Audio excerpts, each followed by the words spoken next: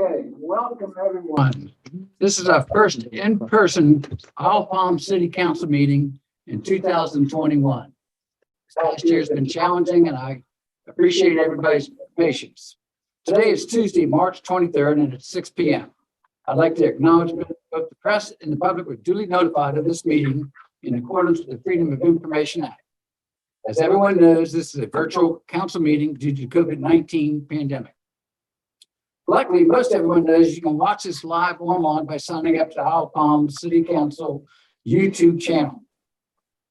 Please feel free to join me or not as I say a prayer to be followed by our Pledge of Allegiance and then our roll call. Dear Heavenly Father, I thank you for this wonderful life we have on this island paradise.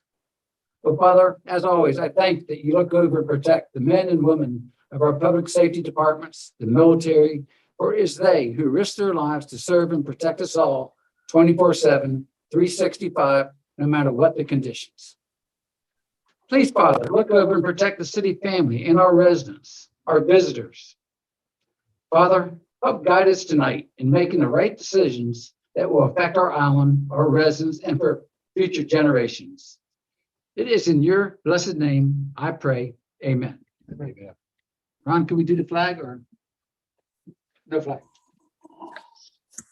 Everyone, I pledge allegiance to the flag of the United States of America and to the republic for which it stands, one nation, under God, indivisible, with liberty and justice for all.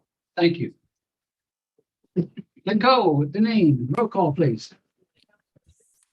Here. Here. Here. Here. Here.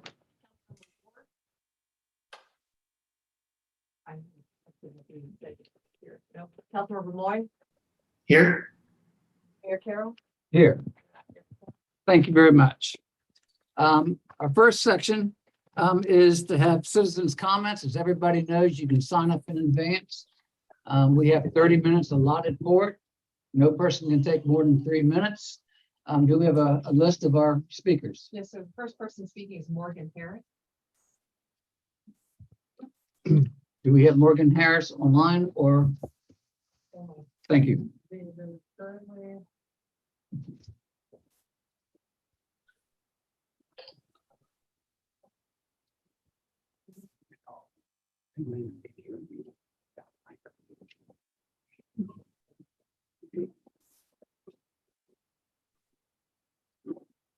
This will not eat into the 30 minutes.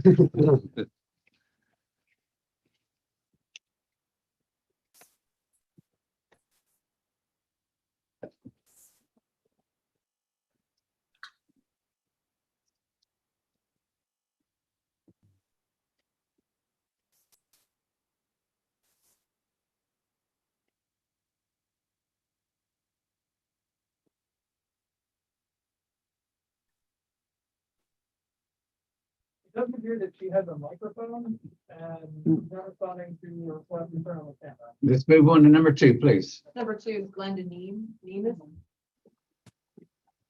Glenda, if you would, to the podium and state your name and address, of course. You don't have to do your address if you don't want to. My name is Glenda Nemes. I live on Cameron Boulevard. Representing council members and staff. I'm again coming to City Council to ask for a written analysis of costs related to parking on our island that includes all the local government services.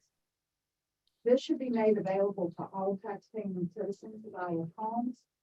Without understanding the complete cost, it's difficult to develop a plan that considers both safety and accountability to taxpayers. We need this analysis now, and then along with the traffic studies, we can use it to properly modify our plan in 2022 for DHEC into a sustainable and smart growth plan. Now, tonight, I know we're considering, council is considering slant parking on the land side of Palm Boulevard. And I do have a couple of things to say. I'd like to address the issue of this SCDOT a trusted partner? And have they acted responsibly in the past for their services to our island? Past performances, issues, would be things such as this. There's been a failure to live up to their legal obligations to maintain our roads and easements for many years now, despite awareness of numerous safety issues.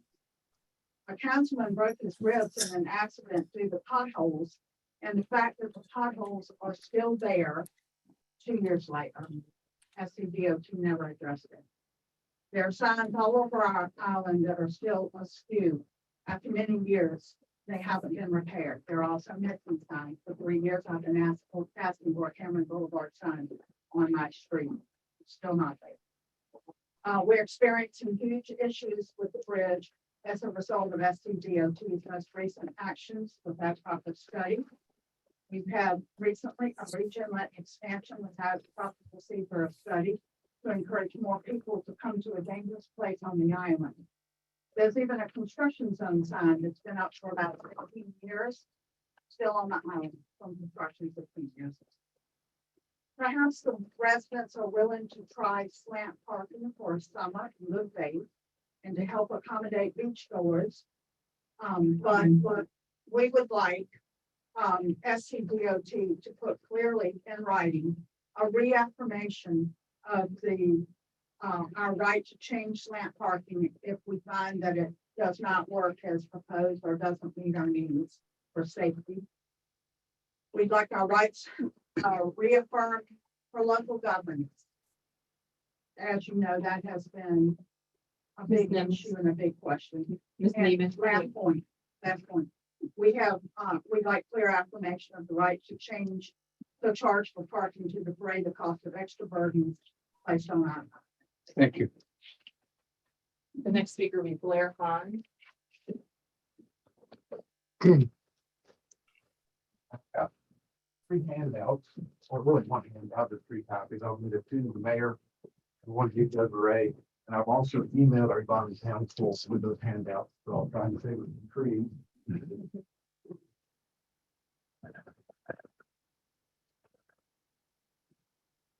And I come before council today to address the conscious disregard for the safety of all individuals that use the Isle of Palm Connector. It is unconscionable that Secretary Hall and South Carolina DOT has changed the traffic flow of the connector without any traffic or safety study and without the consent of the Isle of Palm. I am here today to urge this council to take the appropriate steps to fight this disregard for the safety of all that travel the connector by immediately engaging an appropriate traffic safety expert that is not influenced by the politics of South Carolina. Secretary Hall, both by her actions and by her words, has no regard for the safety of Isle of Palm's residents, much less the safety of the public at large. The traffic safety study I urge this council to undertake can be performed by any traffic expert with the appropriate education, expertise with both South Carolina and federal law concerning barrier island bridges, the need for EMS traffic lanes, and remove from the influence of South Carolina politics. However, if this council will not commission this study, a lawyer like myself will commission a traffic study after the inevitable death of an individual because of the actions of DOT, Secretary Hall, and the conscious disregard for the safety of all the extra traffic. Without the city taking the appropriate action now to fight for the safety of the connector, the city will be complicit in the conscious disregard for the safety of all individuals that use the connector and will inevitably be held accountable in court along with SCDOT, Secretary Hall, and all other individuals that have the power to correct the illegal acts of SCDOT that failed to do so, including this council. This is a required study that I asked this council to undertake. The study will be done. Perhaps not until it is done by those acting to protect the rights of individuals injured on the connector, but the study will ultimately be done. Accordingly, I urge this council to act now to protect the safety of all island residents as well as all those that use the connector by mentioning a traffic and safety study and standing up to the legal rights of SCDOT. Thank you, council. Thanks, sir. Thanks. Next speaker is Ted McKnight. Can I independent virtually on the other hand?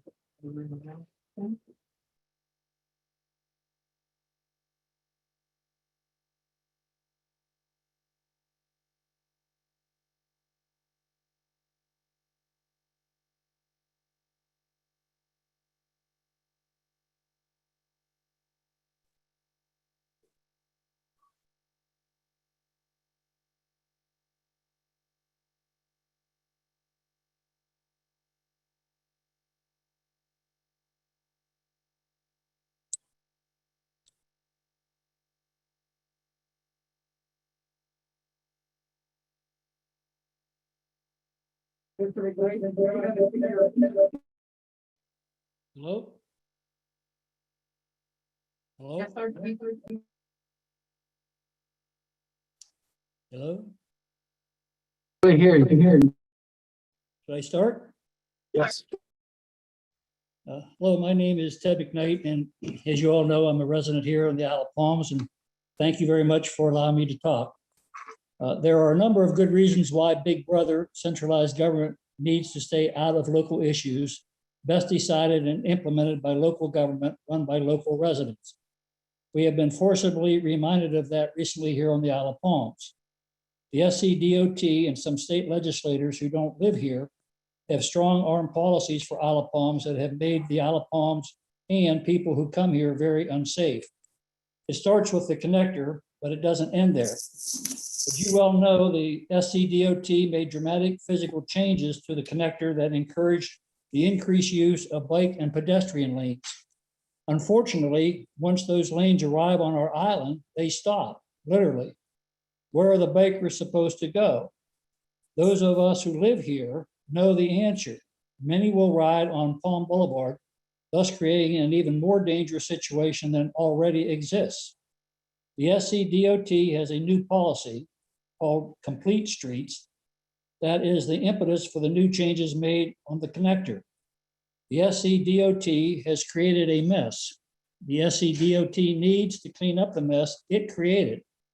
SCDOT is receiving $149 million from the federal government for virus relief to offset a $40 million deficit from decreased gas taxes. $13 million is to go to local governments to widen highways. Palm Boulevard is State Highway 703. It is undoubtedly one of the 90% of the IOP roads considered to be in poor condition. Palm Boulevard needs bike lanes and pedestrian walkways because 12,500 vehicles use it daily in the summer, according to SCDOT.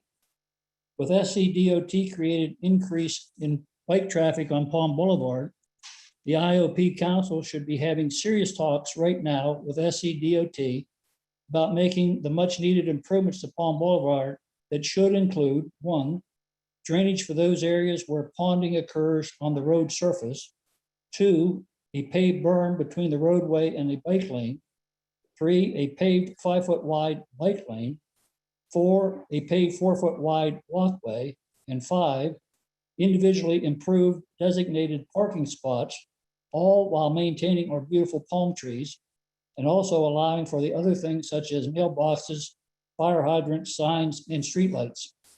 If the SCDOT wants the Isle of Palms to accommodate the SCDOT wishes with regards to parking on Palm Boulevard, then the Isle of Palms needs to get the SCDOT to make the required changes to Palm Boulevard that I just listed. And the SCDOT needs to make those changes now. Thank you very much.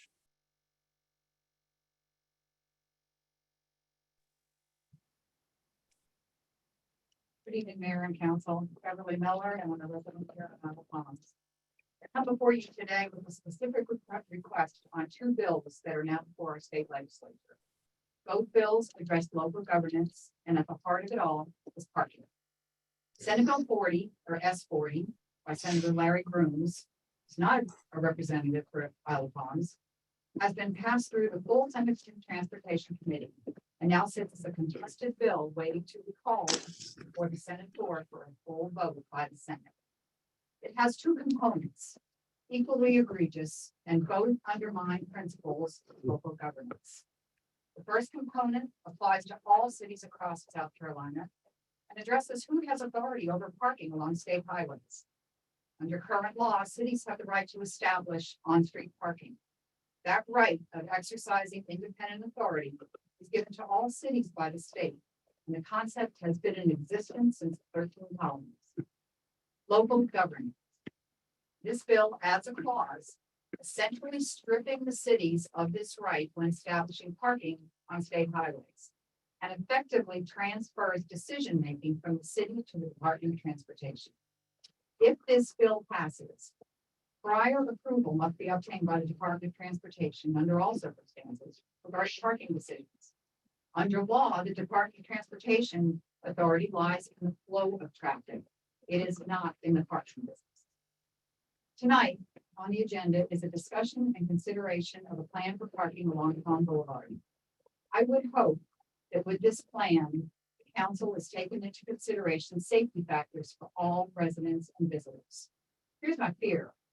Fear that if S40 passes, we'll see parking decisions being made and implemented using the same methods as those used when the connector changes were made.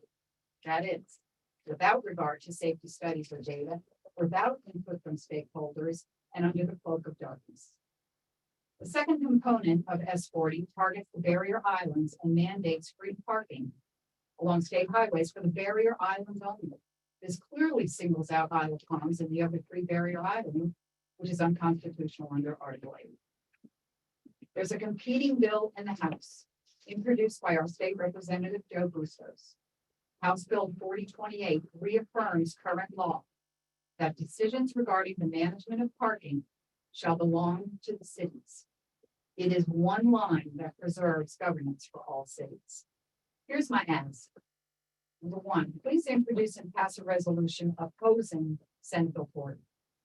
And introduce and pass a resolution in support of House Bill 4028.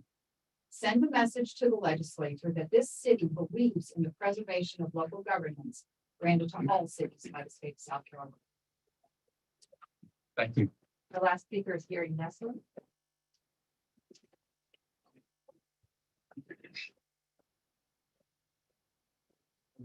Good evening, Dr. Gary. That's right. Transparency is always a solid path to strong policy, and some of you even use transparency to garner our vote. Unfortunately, this process of selecting our new fire chief was far from transparent, has been riddled with divisiveness, assertions of coercion, mistrust, disrespect towards your fellow council members that seem to akin to a national lampoon vacation movie, peppered with demoralizing political commentary that has now negatively impacted the lifelong careers of our fire and public safety personnel, and even made their relationship with our city administrator quite tenuous. When I last addressed council, I kindly requested some grace and humility, and what we've gotten over the past several weeks has been nothing but disgraceful activity and behavior with no humility from some of our elected council members. And now we placed us all at risk. This is a life safety issue. This is not a popularity contest or wanting to horse trade our lives or the lives of our firefighters with political favors. You've been put on notice, and now it's going to stop. To our personnel that have been so adversely affected as a citizen, you are owed a sincere apology. It's time to move past the selfish rhetoric and listen to the professionals who put their lives on the line every day. City Administrator Pagoso spent the time and our taxpayer money to interview our fire service personnel, and the message remains consistent with 30+ letters of recommendation and support for Lieutenant Chief Jason Smith to be their fire chief, especially in advance of the upcoming summer season. We all know how that's going to go. Some of the council members referenced that they are not qualified to build a marina. So the same logic must apply to the fire department. There is one exception though. The fire department is critical to life and safety issues on this island. And again, regardless of the firefighters' personal beliefs, they go out, they do their job, and they're very well trained to do that. And a special note goes out to Councilmember Smith for taking the time to visit with them this past week. Although she was not part of the selection committee, she was the only one outside of those committees that took the time to hear firsthand the undeniable support for the battalion chief, an 18-year employee, mind you, and well respected by the entire public safety community. Even our previous fire chief appointed him to lead operations for the entire department. I trust that Councilmember Smith will now vote in his favor after what you have learned and heard. Again, he is the most qualified, progressive, competent leader that will guide our fire department on into the future. You now have yet one last chance after several false starts and before the election cycle to set this on a path for a win-win. We're all begin dealing with deep wounds that have shattered the aspirations of upward mobility in these professional careers of these firefighters. Lastly, this is about accountability and acceptable business practices. I implore you to allow these firefighters, and since you've named Chief Cornett to his temporary position, allow these folks as professionals that they are, the ability to get back to what they need to do, and that is to save our families' lives and our community, protect our properties when it's most needed. We depend on them, so now it's time that they can depend on you. And at its heart, ladies and gentlemen, servant leadership is based on the simplest concept of humility. It's okay to be humble. That's a great lesson to teach all who are watching and listening. Thank you. Thank you, sir. Okay, Is there Riley Centers to be making a presentation? yes, just so that everybody knows, any letters that were sent in, they can go online and look at those letters. Yes, sir.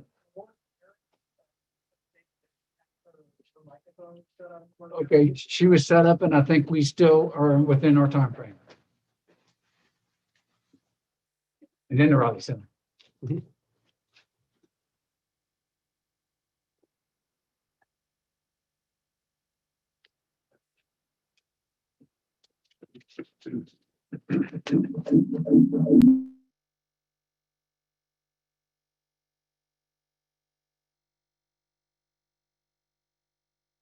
Go ahead, go ahead.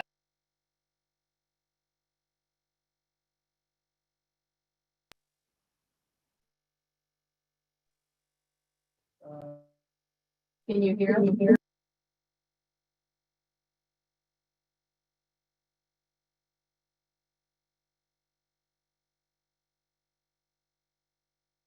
can go ahead. Can you guys hear me now?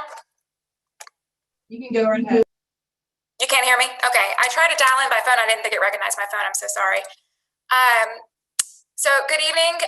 Thank you for the opportunity to speak, and thank you to each of you for your public service and everything you're doing to make our island the great community it is and continues to be. My name is Morgan. I wanted to address the public safety threat caused by the state's redrawing of lanes across the connector, including removal of the emergency vehicle lane, which endangers motorists, bicyclists, and pedestrians transiting the connector, as well as residents, workers, and visitors on the island in need of emergency assistance. Senator Chip Campson wrote to South Carolina Secretary of Transportation Christy Hall last month, and I quote, "The median of the Isle of Palms connector is essential to ensuring the safe travel of emergency vehicles to and from the island, and revising the median along the connector will increase the frequency and duration of traffic jams and reduce response times for emergency vehicles. It concerns me that changes to this extreme were made without any consultation from the city. This is not a life or death issue only limited to Isle of Palms residents. In your message from the mayor in March, Mayor Carroll, you stated that 450 emergency calls are placed on average every year, 50% of them being from visitors requiring immediate care. I think about a child having a drowning incident, a pregnant visitor going into early labor, or someone having a heart attack, and then following a call to 911, an ambulance barrels towards the island only to be gridlocked by traffic on the bridge. One of the two following scenarios would then play out. Option one, the emergency vehicles use the biking, walking lanes on the shoulder, as the sign on the north side of the bridge essentially states that they can do, thus sending bikers and walkers directly into traffic. Option two, cars instinctively pull into the biking and walking lanes as required by law to let the ambulance pass, and while we appreciate the desire to have biking and walking paths, both of these scenarios put bikers and walkers into the direct path of traffic, and putting their lives at risk with the current connector plan is not the right way to make the island more accessible. It would be extremely tragic for SCDOT to wait for any loss of life before reversing the connector back to its original design. We already have enough photos and evidence to know of the imminent danger that these changes have caused us. And as a council, Please do what is necessary to fix the connector so that the island can be safer for residents and visitors alike. Thank you for your time. Thank you very much. Okay.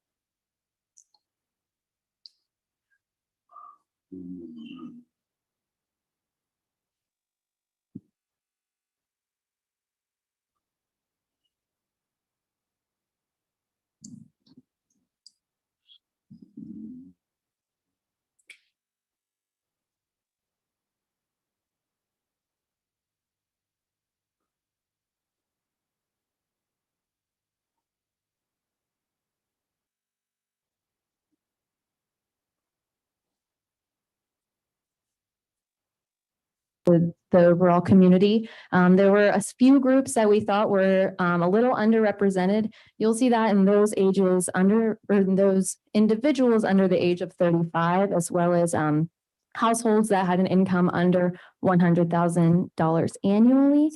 We also saw a slight difference in the survey sample for Asian households, 0.3% in the survey sample and 2% for the community. You can go to the next. Great. The audio of the first part of your presentation was not working. If you don't mind going back and just highlighting the stakeholders and the percentage response rate one more time so that those who are listening will get the full presentation. Sure. So as I mentioned, we are really happy with the response rate that we received for this survey. We kind of did a little general assumption that we got 15% of the Isle of Palms population We sent the survey to 1,313 residents, property owners, and business owners. And of this group, we received 663 responses. So that gave us a 53% overall response rate, which is extremely satisfactory for a community survey like this.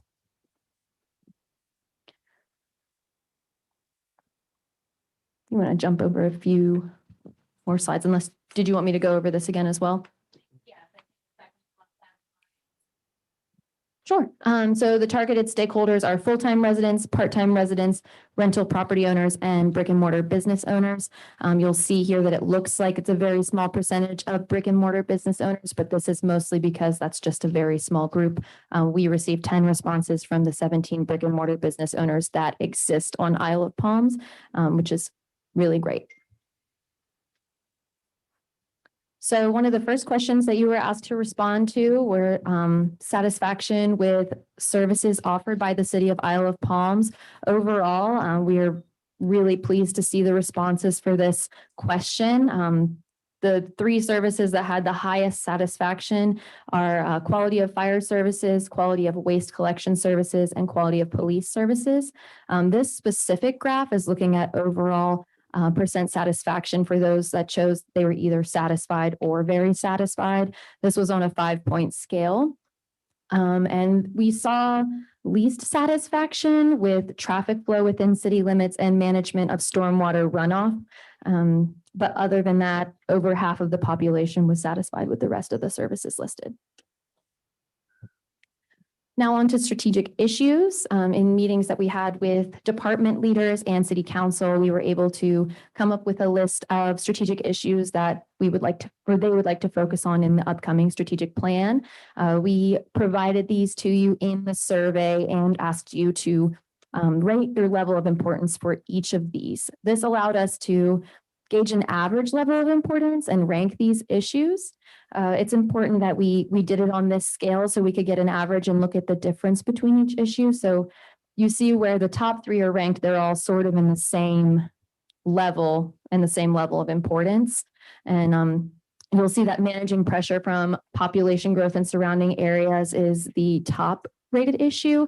However, for the same level of importance, it's need for improved infrastructure and financial sustainability.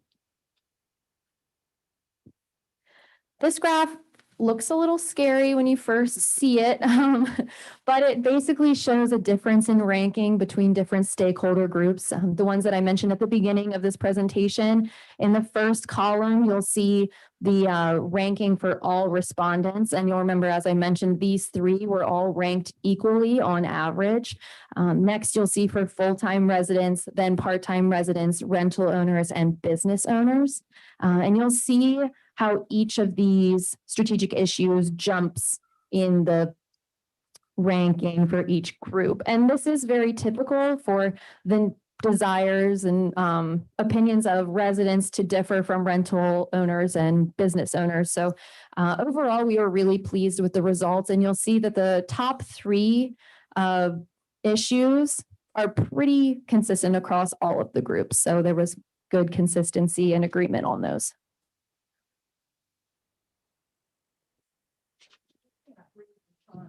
I know, I'm sorry, we do.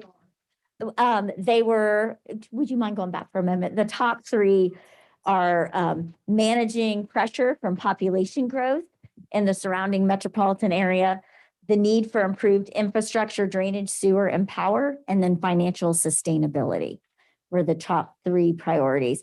And then the other ones include balance of rental investment properties and primary home ownership, the expansion of environmental protection efforts, diversification of revenue generation and revenue growth, the need for improved communication, and then finally, improvement of city employee retention and succession planning. So those were the priorities that were identified. And again, we have prepared a formal report that will have all these details and more in it that has been presented to council and the staff that will be posted on the website, I believe, and available so you can look at this more in depth. And Ron, if you would advance to the next slide. So the takeaways and our recommendation is that, by doing this survey, we had tremendous response. And As I know, no one in this room is surprised to know you have a very active and engaged citizenry, which is a very positive thing. We had a lot of interest and follow-up regarding the survey. In addition, overall, citizens are very satisfied with city services, is what we found, and is at the same positive level that we see in other high-performing cities. There's pretty good or strong agreement on the top priorities, which is a really nice positive thing, that there's a lot of consensus among your community, which is not always the case, as to what the city should be focusing on. And as part of the survey, there were some open-ended questions to see if there was anything that had been left off the priority list. And what we found is overwhelmingly those comments supported priorities that were already selected. And there was nothing really that was brought up with any type of consensus that needed to be added to the list of priorities that had been previously identified. So our recommendations are that this really just be a baseline study, because we can't tell you a whole lot about this if we don't have any trends to look at, and that the city continue to every 2 years or so survey their citizens to determine how they're doing regarding the satisfaction and what types of priorities the citizens feel like need to be continue to be addressed. And then finally, that these priorities that were identified, as mentioned by Chelsea, by the staff and council, to go forward with those regarding your strategic planning. They seem to be resonating with your residents. They're very overwhelmingly supported, and that there wasn't anything else that was really brought up that should be added to the list in our opinion. So any questions or comments from anyone? Anyone? Can do one question from me. When we did this, and I appreciate y'all working with us like this, do you feel that the council was in tune with our residents? Yes. Well, according to the survey data, the issues that were identified as important to the council resonated with the citizens. So I would say what you all thought was very reflective of both what staff thought as well as what the citizens responded to in this survey. Thank you very much. And thank Carl Charlson and Riley Simmons for doing this for us. We greatly appreciate it. We can't wait to post it on our website. Yes, ma'am. Also included in a special page that we have on our website, dedicated to the strategic planning process. Well, it's great. Thank you so much. Mr. Mayor? Yes, sir. Yeah, could I ask, could we just go into what the potential next steps are in this process very quickly? So I don't know who needs to answer that, if it's Desiree or Kendra or who, but we've got great information. Well, what do we do with it now? Yeah, what do you do? So after City Council had the second session with the Riley team, the department head and the executive staff from the city had a follow-up session with them where we're going to be we tackled more specifically each goal, identify the priorities and the objectives of how we're going to be suggesting to City Council of how we get to those, achieve those goals. So we're getting a little bit more specific on how do we achieve those goals that were identified by council, validated by the community and by the staff, and providing some metrics and some concrete next steps on each of those 8 goals. So that's what we did about a week or 2 ago. The dates are blurring now, but we had a really good session with them at the staff level. There's still some work that needs to be done on our end with the staff to complete that. And then the next step will be presenting those specific priorities to City Council for you all to discuss and bless, and ultimately then we will be incorporating that into our budget process as well. So yeah, it's moving along. There's a lot of background work that needs to be conducted that's being done currently. And we're just excited to get this process, continue this process with council, which is the first time that the city does something like this. So I think that not only the community, but staff really looks forward for some direction from council and some guidance on how we implement policy set by the policy setting body. Anyone else?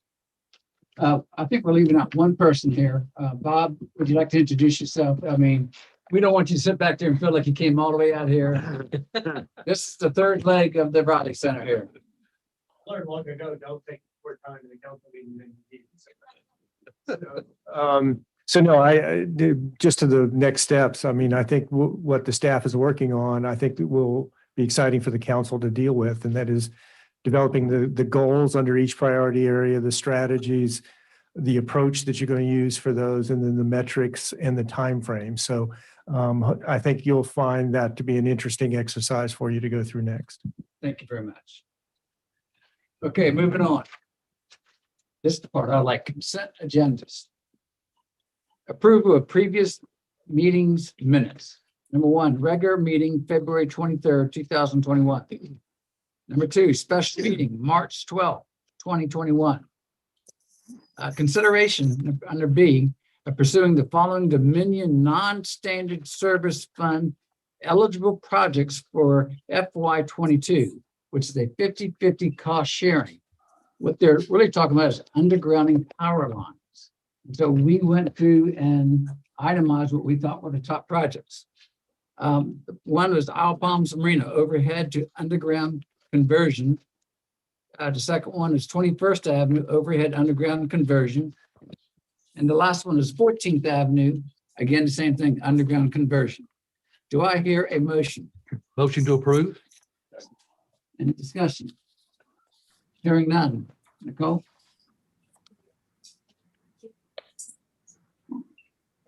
I don't think so. Jimmy, John, any questions? Councilmember Moy, Aye. Councilmember Ward, Aye. Aye. Councilmember Popson, Hi. Councilmember Buchanan. Aye. Councilmember Bell. Aye. Councilmember Smith, Aye. Councilmember Pounds, Aye. Mayor Carroll. Aye. All in favor? Thank you very much. Moving on, reports from standing committees. First up, Ways and Means. Thank you, Mayor. We'll do a quick financial review. Ron, if you can put that on the screen, and then we'll do the committee report out. So these are our financial results through the end of February. And Belinda, if you thought you couldn't see the other slides, wait till you see this one. Yeah. It's in the packet, it's online. So these are financial results through the end of February. Revenues, just under 15 million for our fiscal year to date. And again, our fiscal year is July 1st through the end of June. So a little bit over halfway. Revenues are pretty good. Our county accommodations tax pass-through, as we all know, has not been received this year, and our hospitality taxes have been lower due to COVID-19, but these have been offset by strong municipal and state accommodation tax revenues. So our expenditures on the right-hand side, about $12 million, just over for the fiscal year to date, and we have moved some expenses into fiscal 22 based on projects that aren't going to be completed, such as phase 3 drainage and the replacement of a fire engine. So we've moved a decent amount, probably about 3.5 million, give or take, of expenses into fiscal 22. On the bottom of this page, you can see the general fund revenues and expenditures are in pretty good shape. We're forecasting the general fund revenues will exceed our expenses by about $400,000 by the time we get to the end of June. So, you know, we thought 8 months ago that we would be at this spot. I think we all would have been doing backflips, and we should be, because that's really much better than we anticipated. So our cash reserves at the end of February are about 28 million. And just a reminder, that includes about 8 million in bonds that we had from our debt service for the projects that are going on. So we'll finish the year with somewhere around $20 million is our guess when we get to the end of June in cash reserves. And of that, about 8.5 million is restricted. So minutes from our last meeting, the Ways and Means Committee met at 6 on Tuesday, March 16th. All members were present.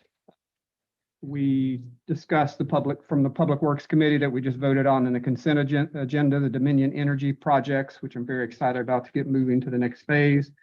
We had a report out on the purchase of a Polaris Ranger Crew XP 1000 that was used with a grant money, $19,223. We had a discussion of IOP revenue and broke out some revenue sources from full-time residents between short-term rentals and second homes, and had some good discussion around that. Desiree led us in a conversation of the business license standardization that's coming up. Just a quick reminder, General Assembly last year voted on the Business License Standardization Act, which essentially creates a standard business license application across the state. This all becomes effective 1/1 of 22, so we'll have some procedural and timing changes that we'll need to take care of on our side.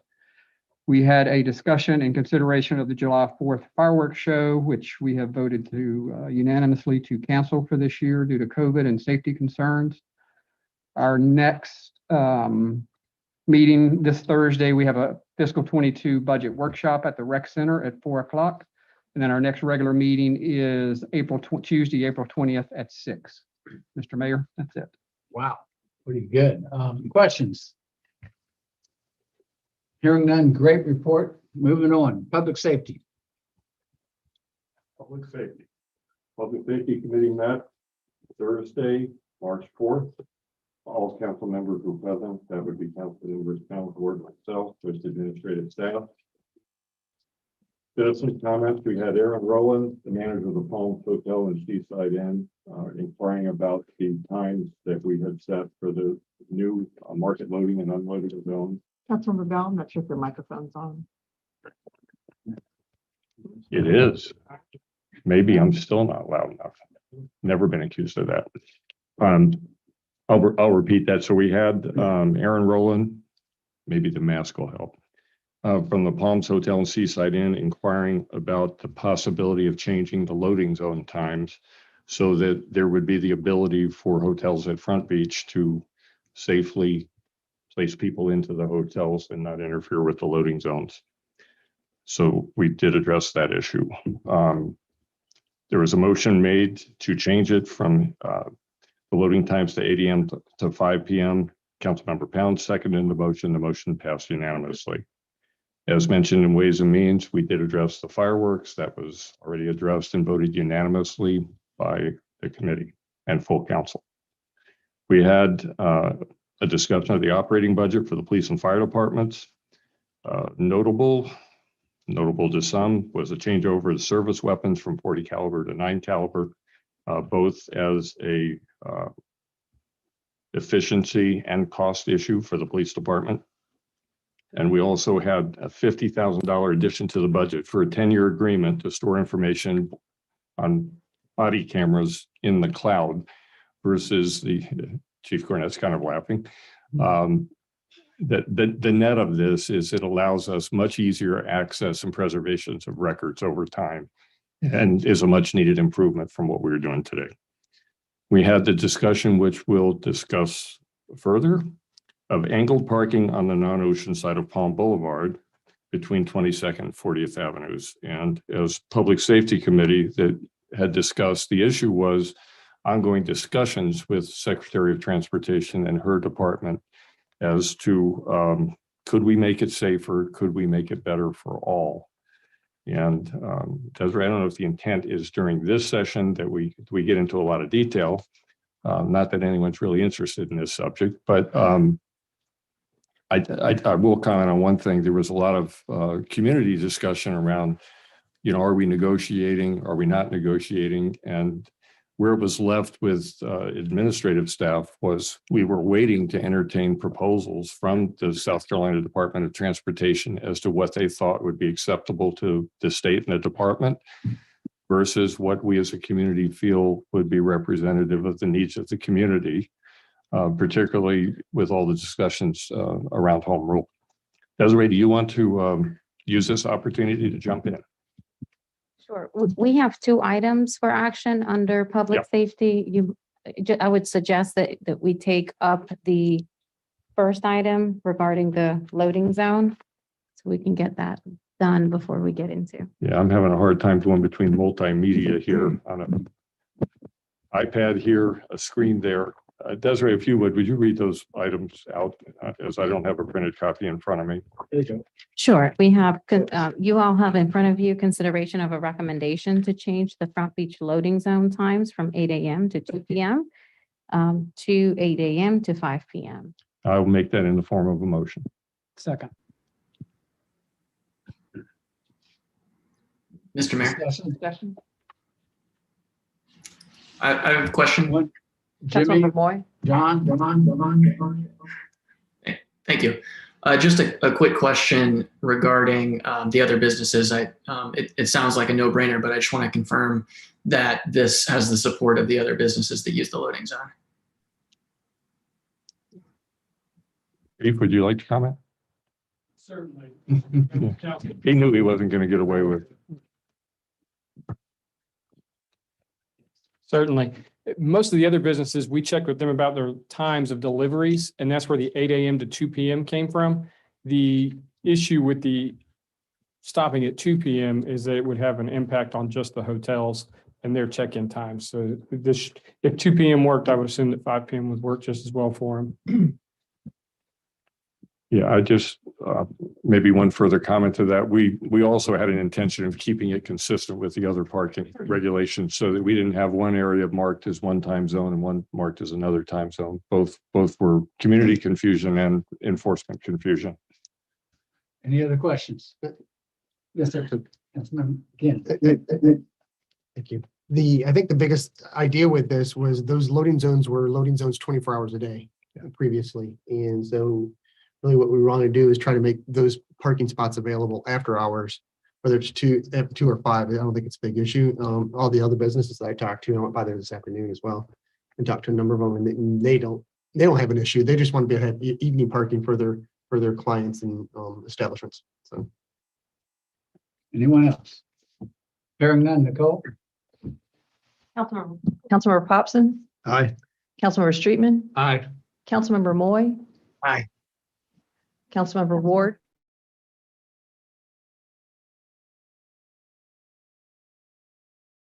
Aye.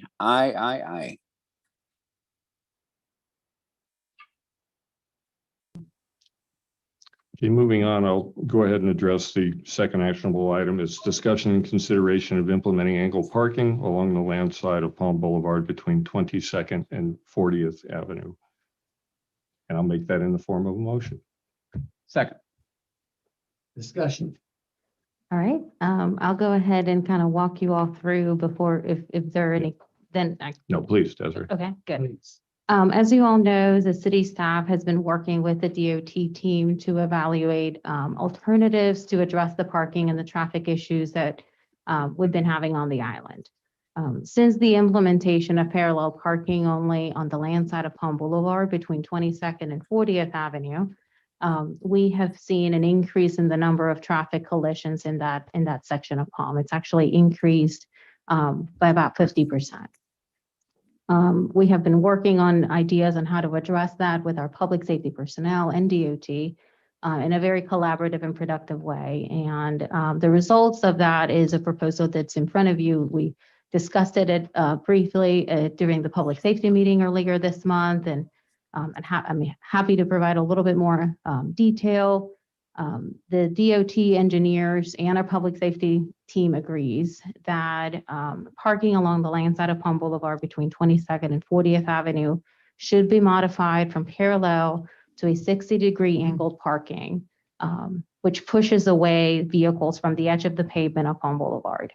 The 60-degree angle would allow vehicles traveling on the eastbound lane to pull into the parking space without the need to make a 3-point turn or drive through the residential neighborhoods to be in the same direction of traffic in order to parallel park. That's something that we heard some complaints and concerns about from our residential neighborhoods that this potential proposed solution would address.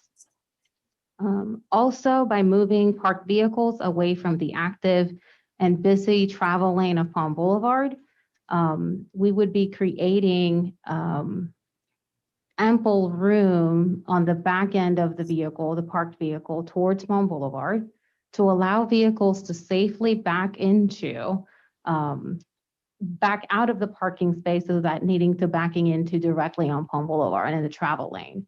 So it creates, if you can imagine the line of palm trees that we currently have, the parked vehicle would be pushed inside that, closer to the sidewalk.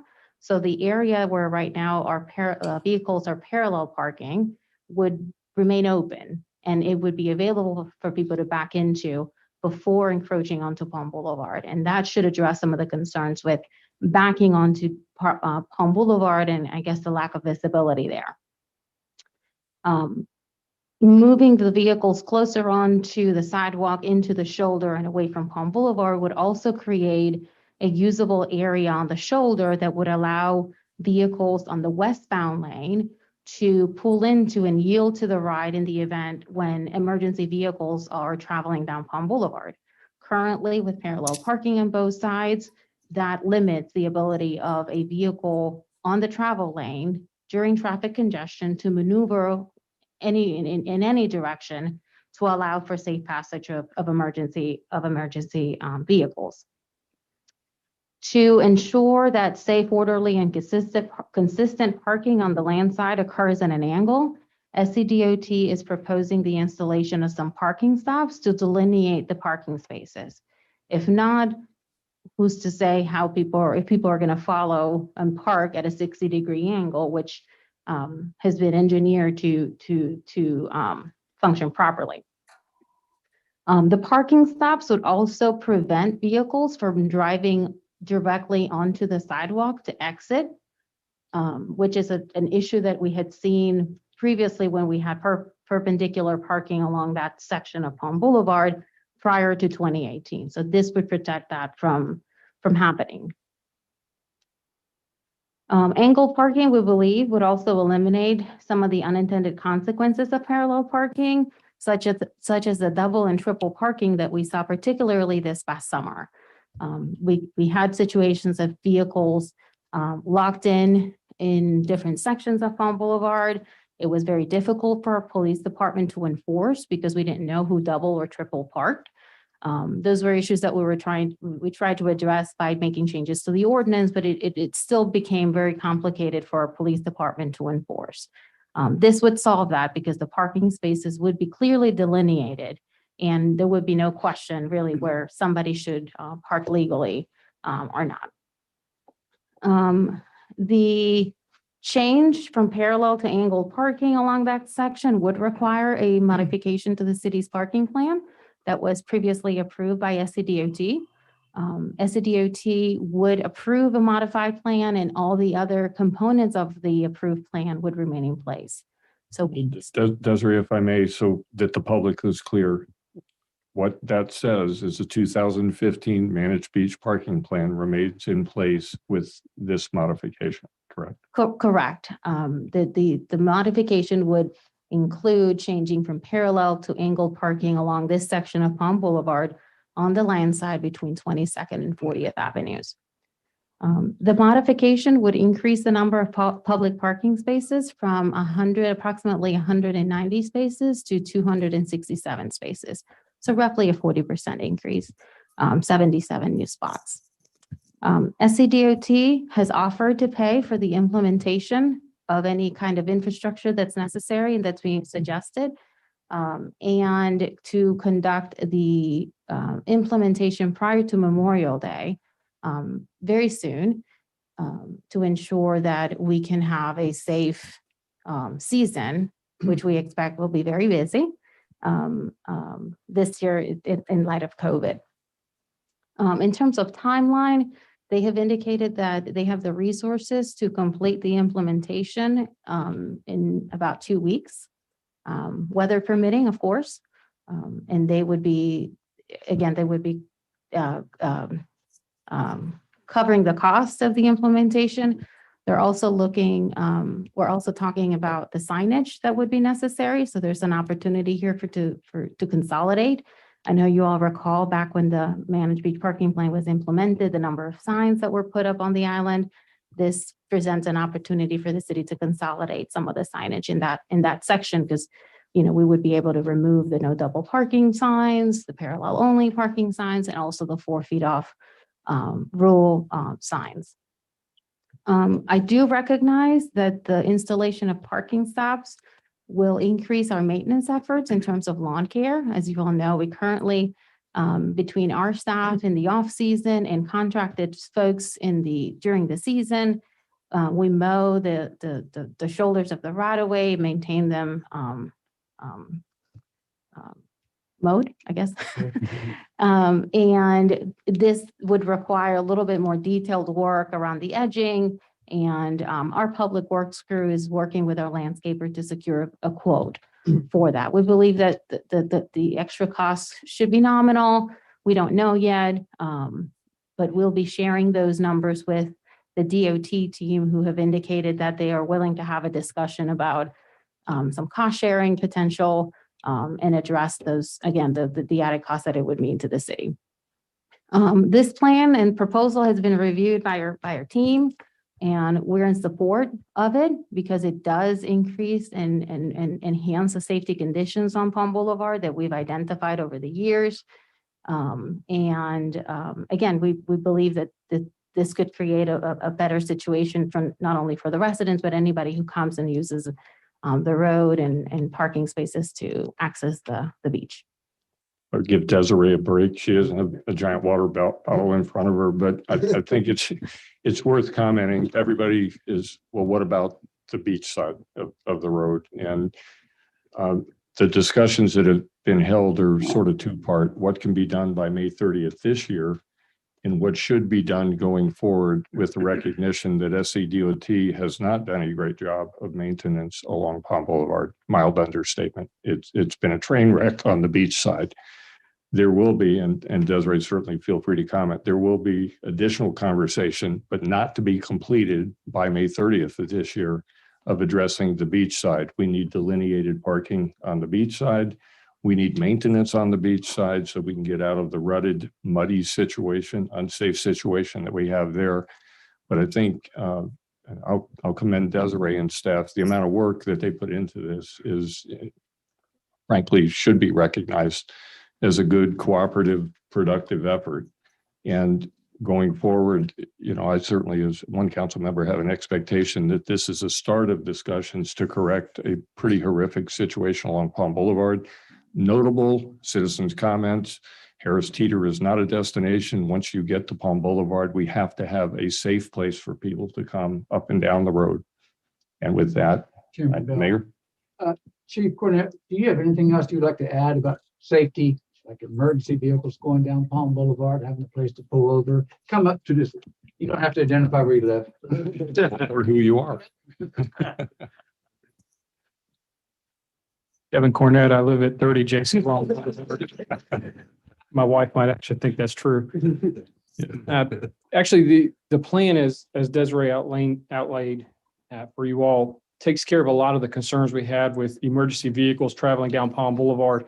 As you are all aware, the traffic can become pretty burdensome during the beach season, and it can be difficult to navigate through there when you have people parked on both sides at a parallel parking space 4 feet off the road. This solves that issue, which is obviously the greatest public safety concern that we had, was that it leaves room for a fire truck to get through that traffic and get where they need to go.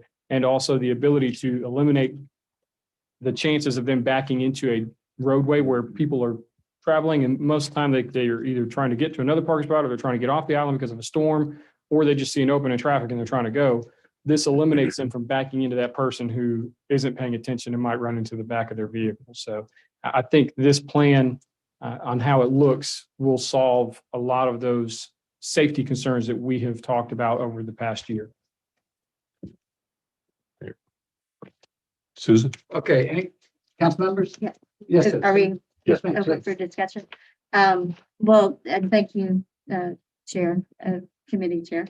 I just want to step back because at every turn on this discussion of Palm Boulevard, my decisions have been guided by what I thought would be best for public safety. And when we made the transition from perpendicular to parallel parking, it was because we thought it would be a safer situation.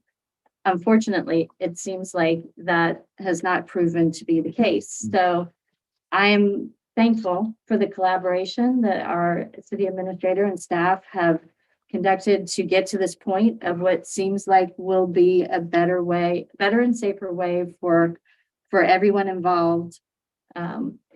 From our visitors and our residents, I think it's worth noting that this will hopefully stop people from feeling like they have to turn into the cross streets to get turned around so that they can get set up to park, or doing things like making U-turns to be able to nab a parking space quickly. So I think we're headed in the right direction and appreciate all the work that has gone into this. Thank you. Any other council members? Councilmember Ward, Moy? Hey, Mayor. Philip Pound. Oh, I'm sorry. That's all right. That's all right. You know, to me, the hallmark of a good negotiation is both parties come to the table with, you know, collaborative effort, which has happened here, our side and the DOT side. And in a really good negotiation, both of you walk away feeling like you might have left a little something on the table. And, you know, for Randy, to your point, I mean, we're essentially going back to the 2015 managed beach parking plan with a really slight modification, angled versus perpendicular.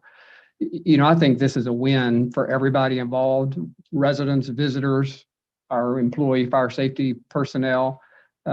This feels like a good solution. And Desiree, my hat is squarely off to you in your effort in working with Secretary Hall to make this happen. So thank you and the rest of the city staff for pulling this off. Jimmy, Mayor. Yes, sir. I do have a couple of questions. Desiree, number one, thank you, as everybody has said. They approved the 2015 plan. They applauded the 2015 plan. And, you know, parallel parking was recommended by SCDOT in their book, and it really did not work. So this is, I think, a good solution. But what assurances do we have that what we've got going on now, it's not going to come back in 2 years and say, well, we're going to try something else? Have we had that discussion? Well, I will say that, you know, back to the conversations that the city had and the study and the assessments that were done in 2018, looking for safer conditions and going to parallel parking, you know, 2 years after the fact, we're able to look at the data and look at the experiences from our public safety personnel and be able to determine and say, you know, we thought it was going to achieve certain things, and it's actually creating unintended consequences and complicating the situation for not only our public safety, but visitors and residents. So I think that there's always an opportunity to go back and evaluate if modifications need to be made. I think that we've tried perpendicular, didn't work. Tried parallel, didn't work. We're now trying angled parking, and I think that it's a win-win solution, I think, for everybody who not only lives here but also comes to the beach and expects to be safe and expects to have safe conditions for them when they come to the beach, and expect to have access to emergency vehicles in the event of a need. You know, I don't think that the parking plan that the city implemented in 2015 is in question. That was approved by DOT. And I think that it's upon us to continue to have collaborative and productive conversations with the goal of improving conditions on the island and our roadways. Totally agree. And last point, this past year has been very challenging for everybody. Yeah. And I feel sorry for Secretary Hall because she's been in the same position that we've been in. She has bosses above her, and those bosses have also created a bill S40. Where does that stand in relation to this solution here? Do we know? I can't speak of you know, where S40 stands. I will say that I do want to commend Secretary of Transportation, Christy Hall, and her team for their professionalism and their desire to reach a productive resolution to the issues that we all care about. They're a professional group, and we're lucky to be able to work with them and continue to improve conditions on our community. Thank you. That's the end of my question. Thank you. Thank you, Mayor. I just conclude that part by saying nothing for this council changes in our view of S40 and its impact on home rule. This is not a discussion about S40. This is about a minor modification to our existing 2015 parking plan. I think I can safely speak for council members who've previously stated that we believe local cities do a better job of managing local issues in state government, and that probably remains position. I think this demonstrates, hopefully, to the state that we're capable of working together to compromise and have come up with at least a good solution for this portion of the discussion. I will move forward with one other item of parking that was on the public safety. Oh, we have to vote. I'm sorry. Yeah, one more question. I almost went too far. Chair. Yes, please. Just one comment Councilman Street. and a bit of a question here. This may seem minor in nature, but first thing I want to say is echo what the others have said so far, that I think our city administrator has done some excellent work here, working with the director of transportation, Christy Hall. And I mean, I'm just impressed with what they've come up with. And I have to admit, when I first heard about slant parking or angled parking, I was just scratching my head and saying, how can that work? But just looking at the way it's laid out, I think it's going to be very effective. And I really like the idea, because I've lived on Palm for many years, that people are going to be pulling closer to the sidewalk, away from the traffic on Palm, because for so many years, you do see situations, even though we haven't had that tragedy, where children get out of cars, they're very close to Palm, and and parents are, they have the beach equipment and that sort of thing, and so the kids are running around excited to be at the beach as they should be. But this at least gives more room away from the traffic on Palm so that people can do that more safely, I think. Now, I do have one question, and this is kind of a minor one. Do we have enough room between the heading of the concrete stop for the cars in the median and the sidewalk for a golf cart to drive in the median itself, the grass, rather than being on the sidewalk? Because currently we cannot drive on the sidewalk with a golf cart. I will say that the parking stops would be installed about 4 feet away from the sidewalk. So there's going to be a 4 feet sort of buffer between the sidewalk and the parking stop. I don't think that Chief Cornett is going to like, I'll let Chief Cornett speak on regards golf cart regulations and whether or not it would be legal. But that would be where the parking stops. Desiree, before you move on from that, though, do let everyone know the concrete stops there are not the long-term solution to a better and more aesthetically pleasing solution, as I understand it. Well, the goal is to continue to, this is we're calling it somewhat short term. I don't know how short it will be. I think to the question, it's conceivable, Ryan, it's much like what you looked at on public safety, that we have something that's more embedded in the ground that actually does allow what Councilman Streetman is asking, to be able to drive over those structures. So one is to get something in place by May 30th. One is the longer term. If there's a vehicle in there, they're not going to drive over it. Yeah.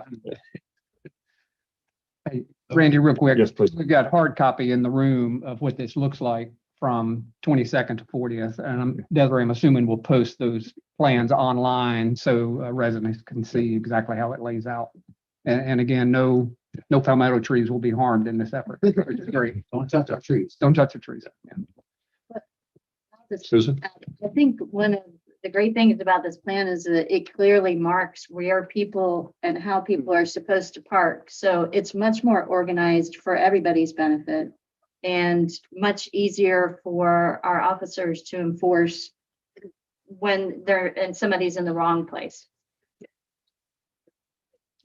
Okay, can I touch base one more time? Right, please. And if nothing else, it's gonna help our police department. Obviously, it's gonna help our public safety. It's gonna, I think, improve the flow of traffic in that area for some time. And like I said, this is just the beginning of improved parking. And I'm glad that we're able to, bend the ear of the DOT for a while and have them realize some of the issues that we're having. I said, there's still a number of issues that we need to address with improved infrastructure.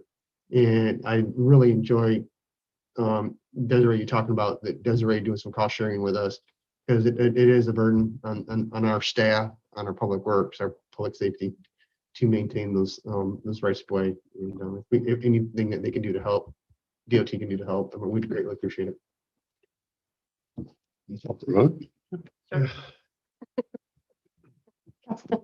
Councilmember Pounds. Aye. Councilmember Smith. Aye. Councilmember Hobson. Aye. Councilmember Streetman. Aye. Councilmember Buchanan. Aye. Councilmember Moy. Aye. Aye. Councilmember Ward. Aye. Councilmember Aye. Bell, Aye. Mayor Carroll, Aye. all in favor? Just a quickly reminder, so Yes, this will require a modification to the ordinance. So we will be introducing those for first reading shortly thereafter so that we can get this ratified and in place for our police department to enforce prior to the season. Got a special council meeting so we can get this thing going. Yeah. You all love special meetings. We love special council meetings. We haven't had one lately. Sorry, but we. And just when you thought we were 100% done with parking, we're not. We're done with that part. We did have discussion of public safety of the 4 feet off pavement from 47th to 57th, where currently there was no signage indicating 4 feet. And when you come upon 53rd, there's actually a ditch. And public safety, we commented around that area that it's just frankly not safe to park along the road where we're going to have the new entrance to the hotel, exit to the hotel with people opening car doors out into the street. And I believe, Desiree, you did have some discussion already with SCDOT to address that. Yes, we'll quickly address the signage issue. Our police department will be installing additional signage there to indicate the 4 feet off rule between 46th and 53rd. We've also initiated a conversation with our partners at DOT about potential drainage improvements along that edge. The parking spaces in that area are important to us. We don't want to do anything to reduce that or limit that. So how can we work on a sort of common sense solution to address the drainage situation with the ditch while still protecting and maintaining the parking spaces there in a safe way? So those are ongoing conversations that we'll continue to entertain, and hopefully we can find a resolution for that problem. Okay, thank you. Moving on to fire department report. Chief Hathaway reported there were 46 calls in February, echoing what we saw in February of 2020. Also noted was from the data that we have right now that changes to the connector so far have not shown to impede the flow, but there's still a concern, and we're going to be paying close attention to any impact that the connector changes have on our ability to safely get emergency personnel on and off the island. Notable from Chief Cornett and the police department, there were 11 drug charges, 7 DUIs, and 53 traffic-related charges. I'll let that stand on its own merits. Yeah, I do think the public, and this is the ongoing year-on-year conversation as well regarding golf carts and regulations pertaining to them. The chief's new favorite subject.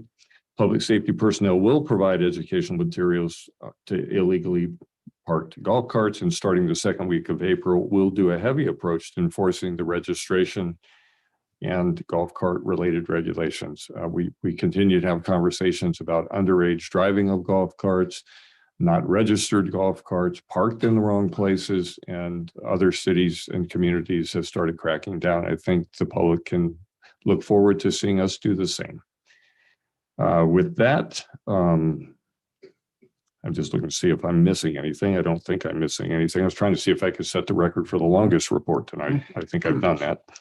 And with that, we adjourned and set the next time as Thursday, April Fool's Day at 3 p.m., April 1st.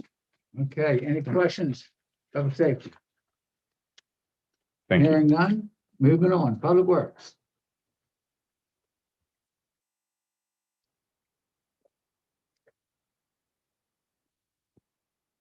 Councilmember Ward, you're on mute. Can you hear me? Can you hear me? Yes, we can. Public Works Committee met 4:30 Wednesday, March 3rd. We called a meeting to order. No citizens' comments. Department reports. Director Pitts reported the garbage and yard debris totals for January were as expected, but miscellaneous debris collection was a bit higher. Vehicle maintenance is over budget, but for January, but Director Pitts says by year end it will fall in within budget. They gave a report on various facilities maintenance work done all over the island. We went on to old business. We had an update of phase 3 drainage project, small interior projects, internal projects and waterway boulevard path elevation presented by Thomas and Hutton, which we talk about every month, and that is an ongoing project between Forest 12th and 30th Outfall. We discussed Dominion Energy's non-standard service fund and list of eligible projects. That's already been decided earlier this meeting. Then we had under new business discussion of fiscal year operating budget for Public Works Department. The director, administrator reviewed the highlights of the Public Works Department's operating budget, still doing some work on some salaries.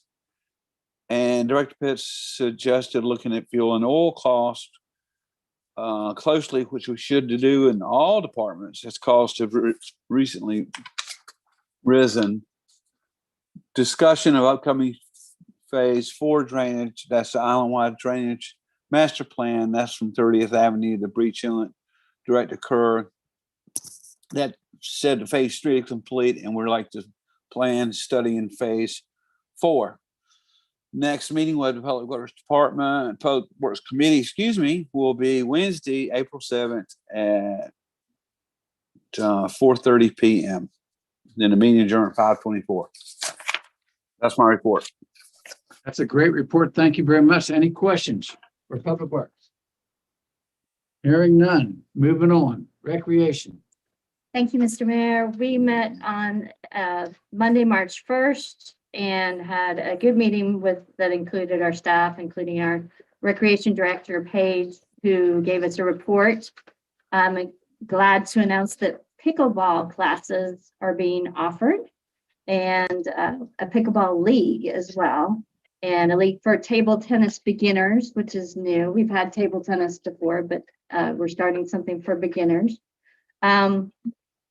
We heard about efforts by staff to reach out to the Isle of Palms Exchange Club about the possibility of doing joint recreational offerings that might include doing some kind of paddle sport offerings. That is just starting those discussions. We also talked about the possibility of a coastal environmental education class that we're hoping to see realized, but not too much to offer on that just yet. The Recreation Department staff did have a hot water heater malfunction to contend with. The city will be replacing a 60-year-old hot water heater as a result, but and they did jump in to do cleanup on Saturday morning, and we want to thank the staff for that. Basketball season went well, even with COVID restrictions, and they've been consulting with MUSC personnel about good, safe measures for the youth baseball league. Let's see. Otherwise, we talked about the operating budget and upcoming expenses beyond, obviously, the hot water heater that we're replacing. Nothing too big. We have touched on this before, but we are moving to online registration, which will be a good shift for us. And otherwise, I'll just run. Oh, we did talk about implementation of commercial surf instruction, which I guess, is this the moment that we should address applications? No. Okay. So later tonight, we'll look at 2 surf instruction applications. And otherwise, I'm just going to run through some dates for you because we have a busy upcoming spring. March 29th will be summer camp lottery for parents to sign up for their kids for camp. April 3rd, we're bringing back a boating education class at the rec with South Carolina DNR. April 5th through 9th, spring break soccer camp. April 12th, pickleball registration deadline. April 17th, our yard sale. And on the 1st of May, we will be doing not just music in the park, but we are adding in a socially distanced movie. And I almost forgot, on April 4th, we will have our Easter egg drop, which is a COVID pivot for our staff where the Easter Bunny will be visiting at homes where people have signed up for a visit, and should be a special moment for everybody to remember.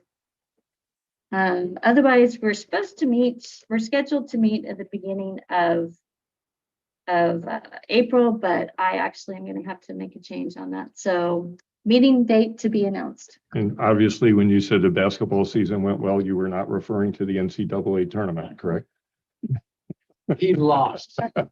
Well, I guess, yes, that's true. My family was expecting the Big Ten to do very well in the tournament, and that's already been proven wrong. So, Okay, that's a great report. Any questions from council? John, Jimmy, none? Thank you very much. Moving on, personnel, Mr. Moy. Thank you, Mr. Mayor. The Personnel Committee met on the morning of Wednesday, March 3rd. All committee members were present. We had basically two topics of conversation. We started with the wage and compensation analysis from Evergreen. We essentially entered into a discussion around some policy, and for the most part, we gave some high-level guidance to the representative from Evergreen to Berkeley. I'm sorry, there's a bit of an echo. Yeah. Hopefully that is okay online. We had a preliminary high-level discussion, but for the most part, we intimated to the consultant that this was a discussion better set for Ways and Means, and essentially said, we are hoping that this council will establish a set of policies that are consistent for years to come, that give our staff a high degree of certainty regarding the way that salaries progress, so that things don't change for our staff and for the employees of the city as there's turnover on council. Specifically, the questions that we'll be talking about during Ways and Means as it relates to compensation are the market position that we want Isle of Palms to have, and if that differs from department to department, and similarly, how salaries should progress. And so those are kind of the two of the topics that will be part of the budget discussions moving forward with Ways and Means. The other topic was, of course, related to the fire chief.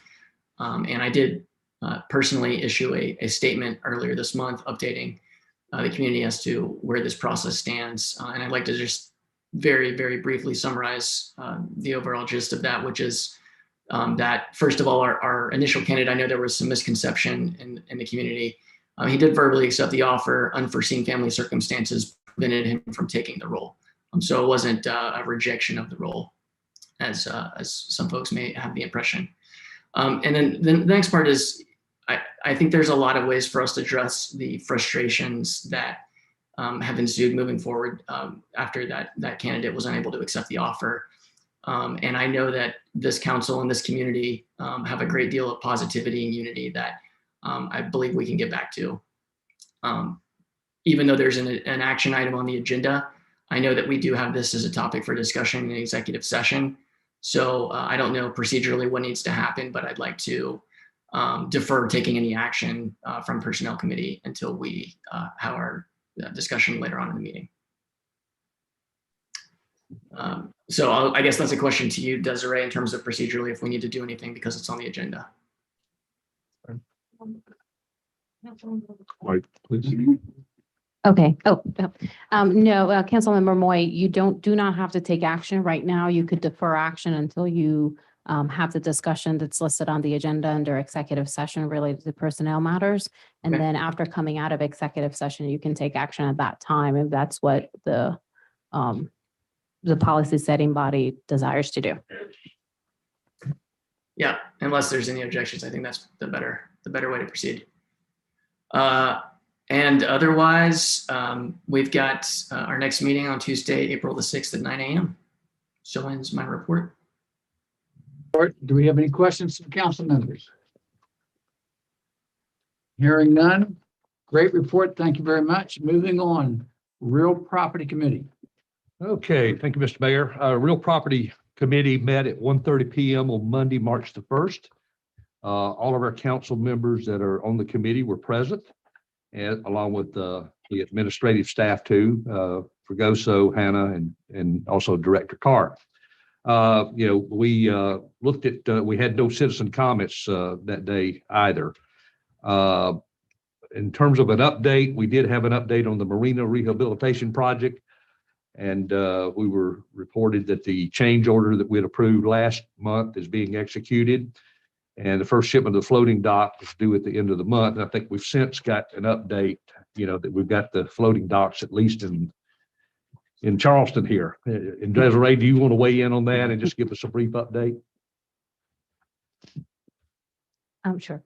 We have received the first shipment of the docks, and like you said, they're being assembled at the salmon dredging yard up in North Charleston. We're expecting the next shipment to come in by the between first and second week of April. And that will be, as you all know, I'm referring to dock areas A, B, C, C being the fuel dock, and then moving your way towards the restaurant and towards the intercoastal. Mhm. So we're doing A, B first, which are the two that are not the fuel dock. And those are the ones that have either arrived or are in transit. The last set of docks that's going to be replaced will be the fuel dock. And the bulkhead project is moving along very nicely. They're expecting to be done by the end of April. I think they'll be done a lot sooner than that, but weather permitting, we give ourselves a little bit of flexibility when we talk about schedule. That's moving along very nicely. Same as the design work that is taking place right now related to the fuel HUD, which is a change order that council considered and approved last month. Other than that, I mean, it's just moving along very nicely, and we're excited to get it completed. Okay, thank you. And one other thing to note also is that we did have some staining on parts of the bulkhead, and that's been addressed as well. That is taken care of. That is correct. Okay. And we'll conduct an assessment of the areas that are being completed now to ensure that if there's any recoding that needs to be done before they head out, that is addressed as well. Thank you. Another item we discussed was the update on the proposed ADA compliant dual-purpose beach boardwalk at 42nd Avenue. So we had a good update on that. And Director Carr was with us in regards to that also. And he's been working with OCRM and, in the permitting phase, that sort of thing. And we also think we have an opportunity as well because of the accretion at 42nd Avenue. There might be an opportunity for us to actually extend that boardwalk a little further towards the sea, which would make it a little more convenient for more people to have extra boardwalk to walk on before getting down to the beach, so they wouldn't have to spend as much time in the really soft sand. So that's got to be measured. That's something that Director Carr would take under consideration and get that done. It does not have to be surveyed, just measured. We've also got the landscape design developed and part of the bid packet. And once the parameters are set, the RFP and turnaround for OCRM will be done concurrently. So that's the update on that particular part. Item C, update the proposed public dock and green space at the Isle Palms Marina. That's an ongoing process. We haven't walked away from that, even though there's litigation down there. We continue to work with Kelly Messier. And also the city staff are working on some items to make sure that we continue working on the plans as we go along and try to, locate source funding, that sort of thing for the project. And once we get through the litigation, we'll be able to hit the ground running and get some work to a beginning down there. Under new business, discussion of potential partnership with the Water and Sewer Commission for the creation of green space at 7th Avenue lot. And, that looks promising there. We're going to partner with the city, or the Water and Sewer Commission is going to partner with the city. We have a really good working relationship with them these days, and develop the unused portion of the lot that they recently purchased for the lift station. And, we're looking at some ideas and some concepts to sort of beautify that area too, whether it's a community garden, something like that going on down there. But again, developing ideas along with the Water and Sewer Commission for that space. And then we also had a discussion about the full year 22 operating budget for the marina and Front Beach. And under miscellaneous business, our next meeting will be held Monday, April the 5th at 1:30 p.m. That's it, Mr. Mayor. Mr. Chairman. Discussions. Mr. Chairman. I'm sorry. I was wondering if Desiree would like to update our residents on anything with the restaurant. Is there anything to mention? Sure. They came before city council last month and gave a lengthy presentation of where they were. Unfortunately, I think as we all expected, as work began to take place, they uncovered additional issues with the building that need to be addressed, and that and some other pending items have delayed, I guess, the original expected opening of the restaurant. Initially, they were thinking about opening the outdoor area in July and the interior area in August. And I think that's been delayed just a bit. They're still working on construction. Douglas has been sort of our point person for me to work directly with them as they review building permits and specifications.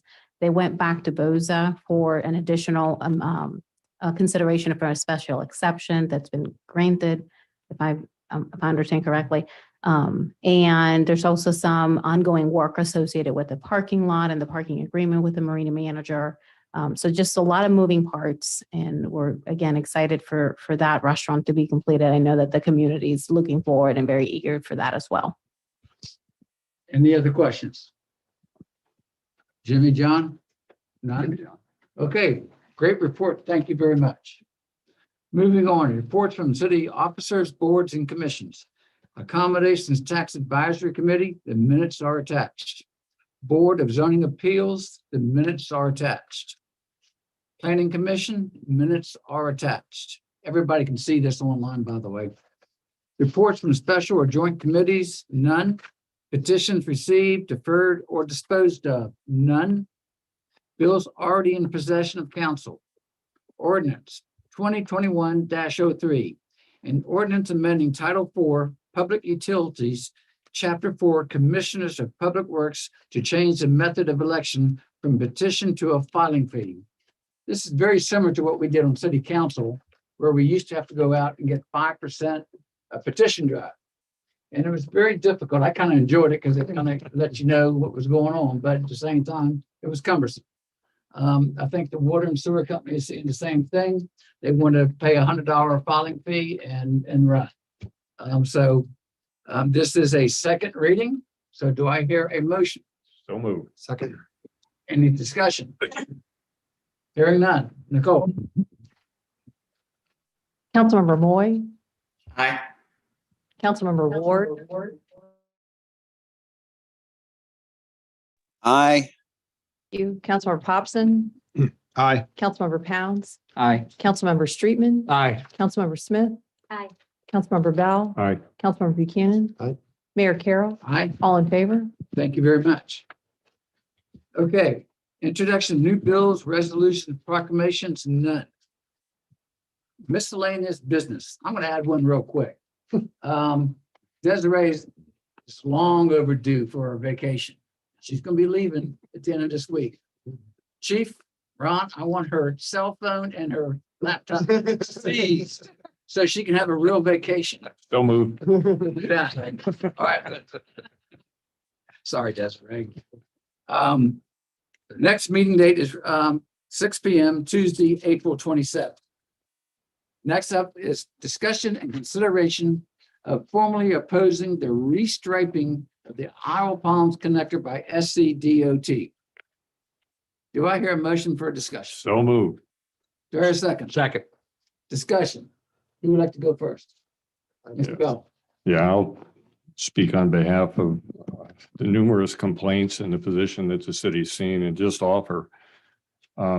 I think the only thing they got right so far in this was painting the green markers on St. Patrick's Day, because every time I drive across, it's something new. I mean, we've had pictures of motorcycles in the bike lanes, bicycles up against the barriers that lead into the marsh. There's just frankly nothing right about what was done. And anyone that lives here or comes here often, and that should include the surrounding communities, should recognize the danger that's posed on that interconnector, or the connector, sorry. We need to really urge in working with SCDOT to fix this because it is a disaster waiting to happen. We should, as a council, should be on record recognizing the safety concerns we're going to have as we come into season on this. Okay, anyone else? Yes, sir. Mr. Thompson and Mrs. Creed. So when they started the striping, I started keeping a log. And I've gone over the connector 38 times since the striping at different times of the day. And I've counted 1 biker and 2 walkers. So just wanted to share that with you. Wow. Yeah. I saw that last time I was walking by your house. Mr. Streetman. Well, yeah, I just want to echo some of what's been said already. I mean, I think all of us on council are getting a lot of feedback from residents in the community in regards to this. And there's just been very few people who are in favor of what's been done with the striping on the connector. And I too, when I go over the connector, and I don't go over as much as Kevin does, you seldom see anyone on a bicycle, seldom see a pedestrian, maybe a jogger every now and then, but very few bicycles. And I know that right now we're not in the high season, but I think that as it gets warmer and warmer and hotter, there's going to be less traffic on that connector versus more, because that's a long stretch of road right there. So, but the way that it's striped, to me, appears to be confusing. I think it's more dangerous for pedestrians and cyclists alike. And certainly, I think it's potentially more dangerous for traffic that is so close together in those 2 lanes. So I'm in favor of us having them revisit this if we can. Who's next? Susan. Oh, okay. My biggest concern, well, one of my concerns about all of this is the lack of community involvement in what really is a dramatic change that I've not seen anywhere else in South Carolina. As far as, I mean, this is obviously new. It is obviously an effort to be more bike and pedestrian friendly. And for that, I have to give DOT credit for trying to go in that direction. However, a lot of what has happened on the connector does not seem to make sense. And I'm not even sure if it is safer for bicyclists, and have some concerns about whether it actually creates, in some ways, a less safe situation. I have seen 3 cyclists using I've seen 2 cyclists I've seen one using the lane. I've seen one next to that person using the other lane. I've seen somebody else using closer to the bridge, and I've seen one motorcyclist using it. So I think we may need to revisit this as soon as possible. Anyone else? Brian? Hello. And now I'll echo what Councilman Smith had indicated, that prior to the development of the plans, or when the city was made aware of the plans, there was 0 involvement from any public safety department in the area. And they did reach out to us afterwards, and after we tried to reach out to them, but there's 4 government agencies that respond to any emergency on the connector. And it's All Palms, Mount Pleasant, Allendale, and Charleston County. And I would like to have had more engagement with all those agencies in order to develop a plan, emergency processes, in order to get back and forth across the connector, and best options for that. And I would still like to see that happen. One quick, just notable, they did ultimately come to the Public Safety Committee and paused, but the pause was largely over a rainy weekend with a rapid restart the following week with no further discussion with the city. So I think it's notable that it didn't feel like an honest, sincere effort for a pause. It felt like a rainy weekend, and work commenced. And, each day you show up and you wonder what the new work is. They're still continuing with the painting now. And I would hope that at this point, with the discussions with Secretary Hall, that she takes a deep breath on this with all of us and asks, is this really the right thing to do? Because, we are coming into the season. Okay. I actually did write an email And then we also wrote a letter on city letterhead opposing this. And I think, I appreciate Secretary Hall with the parking in all palms. It's a working environment. We've done one job, and I think we need to look at this again. And I almost would like to make a motion that we write another letter saying that let's look at this again. Let's look at the data and let's put it on the agenda. You have to A vote on letter the of first direct motion. opposition to this. It's like a hurricane. It's not a matter of if somebody's going to get hurt or worse, but when. So I'd like to make a motion. We have to vote on the first one. Okay, Well, the motion that you had before was just to have a discussion. yes, okay. Okay. Which you're doing. I'd like to make a motion. We write another letter to SCDOT opposing this and asking for, the data, the information, and just get other community involvement. How do we make this into a nice clean motion? We should oppose the striping of the bridge and for safety personnel reasons. Somebody's gonna get hurt, whether it's bicycle, cyclists, or cars, or EMS delays in getting to the island or off the island. That my motion is opposing it.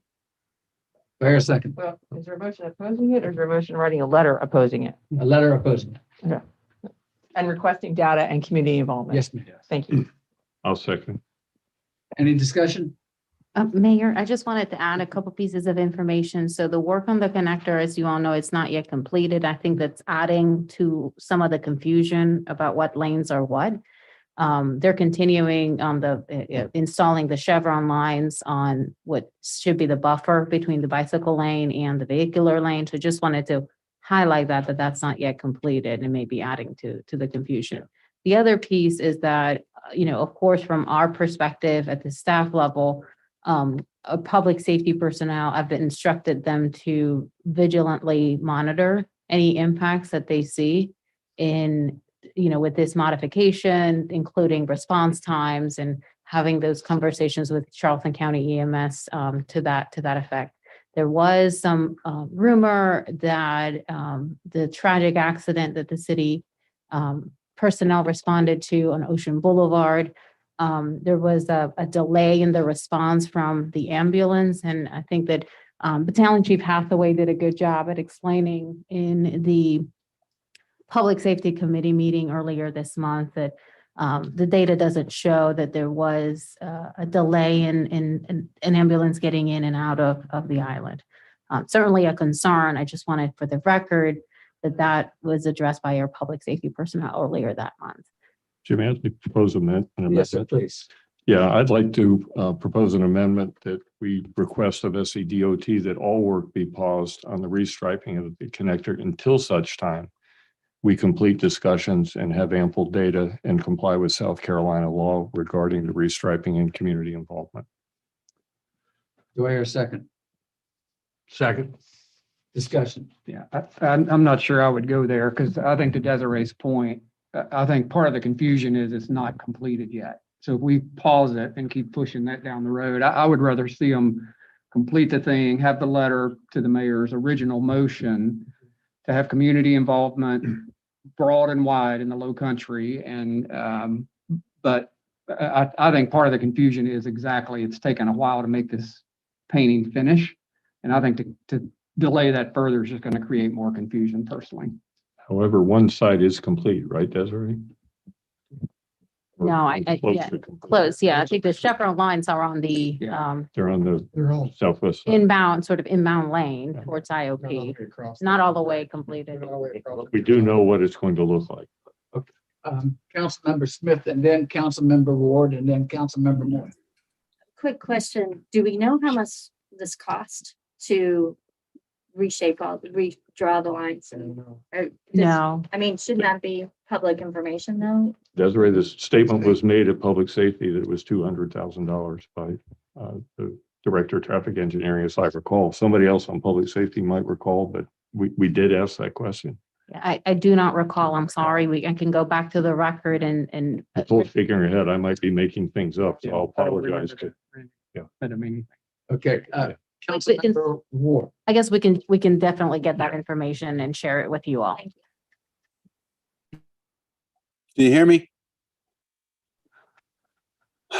Can you hear me? Yes. Jesus. When's Desiree going on vacation? Point, Jim. Just answer the question. When's she going on vacation? Friday. We write the letter when she gets back. Because she's done so well so far. We're dealing with these people. So just a little levity, folks. Come on.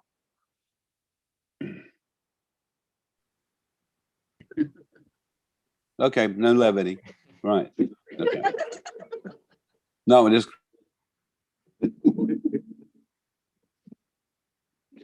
John. Thank you, Mr. Mayor.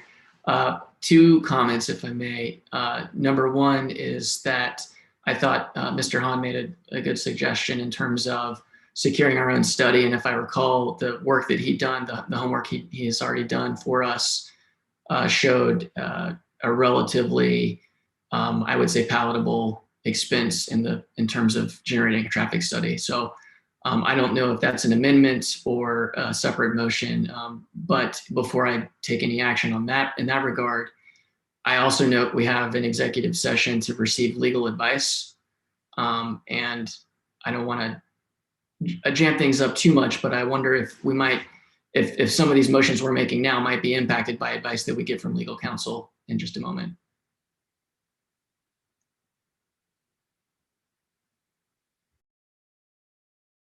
Motion, and we have an amendment.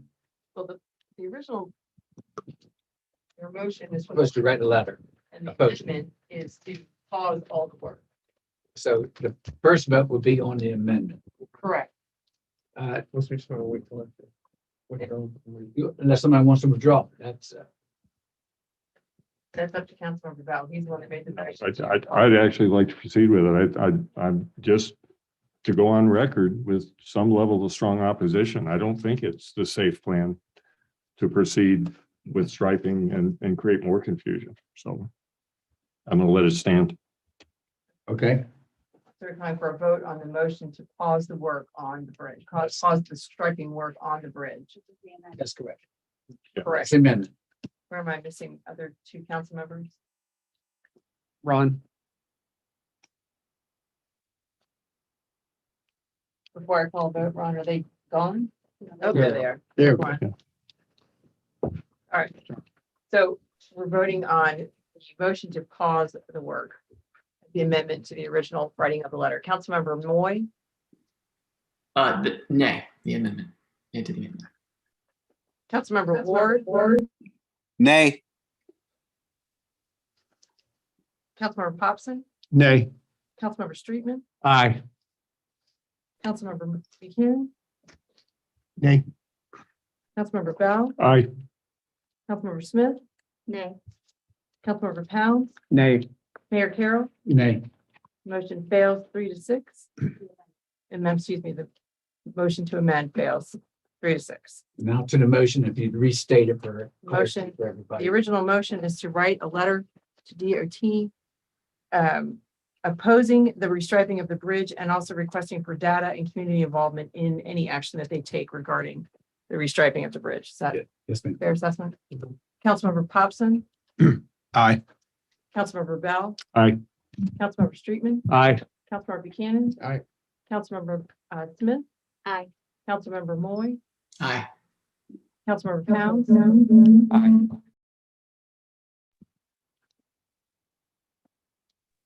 Councilmember Ward, Aye. Mayor Carroll, Aye. all in favor? Thank you very much. Moving on. A discussion and consideration of reducing the size of council and presenting a proposal via referendum this fall. I've had several people ask me about this. We've talked about it before. I'm going to make this as a motion so we can have discussion. What's the motion? The motion is to reduce the size of council from 9 to 7. Second. Councilmember Brown. Okay, discussion. I'm gonna let other people talk, right? I thought, so, does anyone else like to? Yes, sir. I think it's a great idea. And I wish we would have done it last year when we first talked about it, because from a timing standpoint, it was lined up perfect with some terms expiring and a presidential election last year. I mean, it would have, all the stars were aligned, but that's neither here nor there at this point. So I'm wondering, Mayor, how does that play out given the elections this fall? It would be voted on by a referendum by residents of Isle of Palms, but it would not take effect until the following 2-year election. Got it. And yet, Councilman Bell. Yeah, just, I made this inquiry of our administrator earlier. In order for us to do this and have it placed on a referendum for November, that date would be May, I believe, Desiree.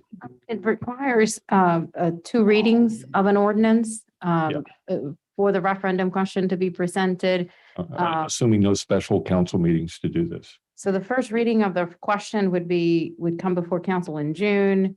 July, it's ratified, and the referendum ordinance would include the question that's going to be presented to the community in a referendum in November. So the deadline to provide the question as approved by the ordinance to Charleston County would be in early August, which would then put it in, we would have to file a 60-day referendum, I think that's in the paper. It has to be notified 60 days in advance and then be ready for the municipal elections first week of November.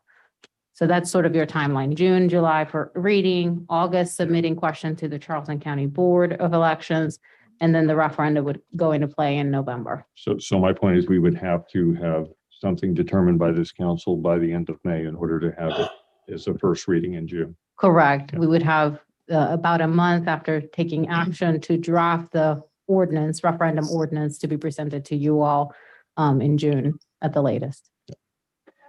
Any other questions? Councilmember Yes. Ward, and then Councilmember Ward. Yes, sir. My understanding, there's 2 ways to get something on a referendum.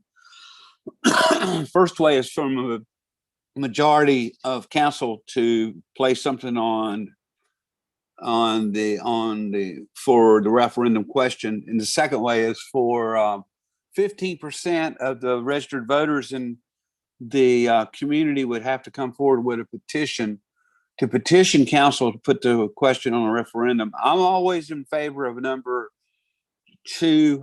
If the people come forward and they want it bad enough, 15% of them, then they'll let us know if there's a problem. I'm not in favor of question 1. I'm definitely against it, and not unless we see a verified petition. Thank you.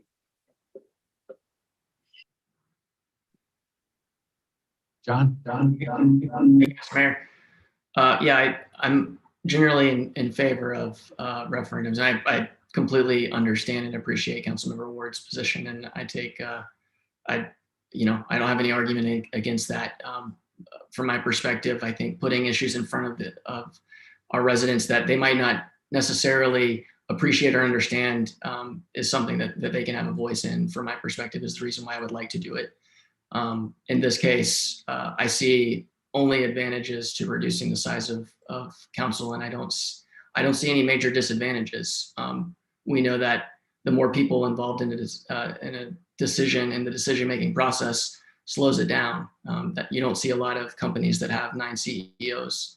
When we looked at the data last year previously and looked at cities of similar sizes, we are an anomaly in terms of the size of our council. Most cities of our size would have actually a 5-person council. So moving from 9 to 7 is actually a move in the right direction, but would still put us in the anomaly state. So I think putting it to referendum, letting the citizenry, providing some education. I'm not going to make the mind up of any individual. Obviously, you can probably hear where I stand, but I think putting it in front of our community and letting them decide it's about time. Councilmember Streetman. Yes, it's a big decision, and I supported it last year, and unfortunately, for me, I guess it didn't pass. It didn't go through, so we didn't go any further with it. But if you look around the municipalities in this state, even municipalities that are much larger than ours have 7 council members, including the mayor. I mean, it's all over the state. I think Greenville, Spartanburg, Columbia. I mean, you look at those different cities and an awful lot of them have 7 council members. And to Councilman Moy's, point also, many smaller communities like ours really deal with 5. So I'm in favor of it. I think it is something that we ought to present, obviously, in a referendum. I don't, in terms of a petition, I know that there's not a groundswell for a petition out there. So I think what we do, since it's been brought up, and this is the second time it's been brought up, is we present it to the residents of the island and let them vote it up or down, basically. So I'm for it. Thank you. Anyone else? Councilmember. Thank you, Mr. Mayor. I have several concerns, and I will agree that our community is an anomaly in that we have a extremely engaged community. And so for that reason, and I think it's evidenced by our response to the our strategic planning survey as well. And in that regard, I don't see the sense in removing opportunities for engagement for the community. And I think also it's a lot of people don't understand the different forms of government that are throughout the state in terms of councils. Our council has a very committee-driven form of government as compared to a government where the mayor is a strong mayor or where a city administrator really does a lot more of making the decisions. We are run by committees, and unless we are also going to maybe consider how that works, I don't think, I feel like we should be doing more to create opportunities for engagement. I have concerns about, even though this doesn't appear to be a very diverse community at eye level, it actually does have a variety of different groups that I feel are important to be represented.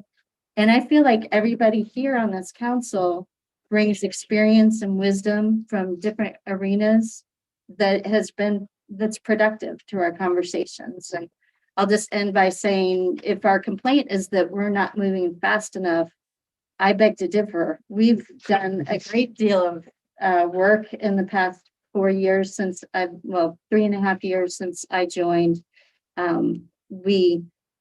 We have had a lot of discourse, and it hasn't always been pretty, but we have gotten a few things done that I think we can be proud of. So that's all I have to say. Thank you. Anyone else? Councilmember Probson. 2 things. If it ain't broke, don't fix it, and more is better. I support 8 council and one mayor, like we have done for 60 some years. Councilmember Buchanan. Thanks, Mr. Mayor. And as Councilmember Smith indicated, that we are a committee form of government, and in basically what this will end up doing is creating, it is going to put basically each council member on 3 committees now, or if not, and then depending on the layout, so we could have, a number of council members on 3 committees serving the community, not including Ways and Means, and obviously council. I don't have a problem with it, with the way the council set up. It's been this way since the beginning. We're not getting I haven't received any emails from residents indicating that we need to reduce the size of council. But I don't see where there's an issue.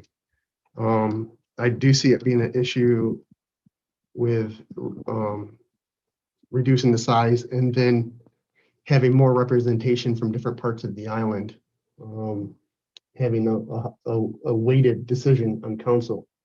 And if council were to move to a smaller form of government, I would like to see be zoned where there is representation from each district. One from each, at least one from each district and 2 at large.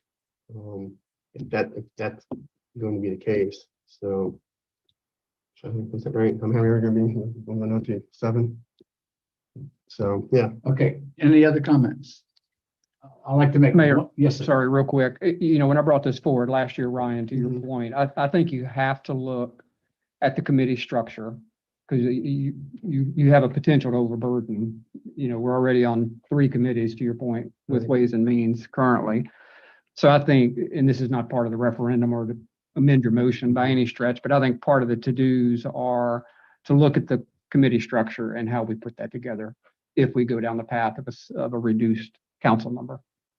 Thank you. And my one point is, really, this is for the residents of Isle of Palms to make this decision. It's not me. It's not each of us.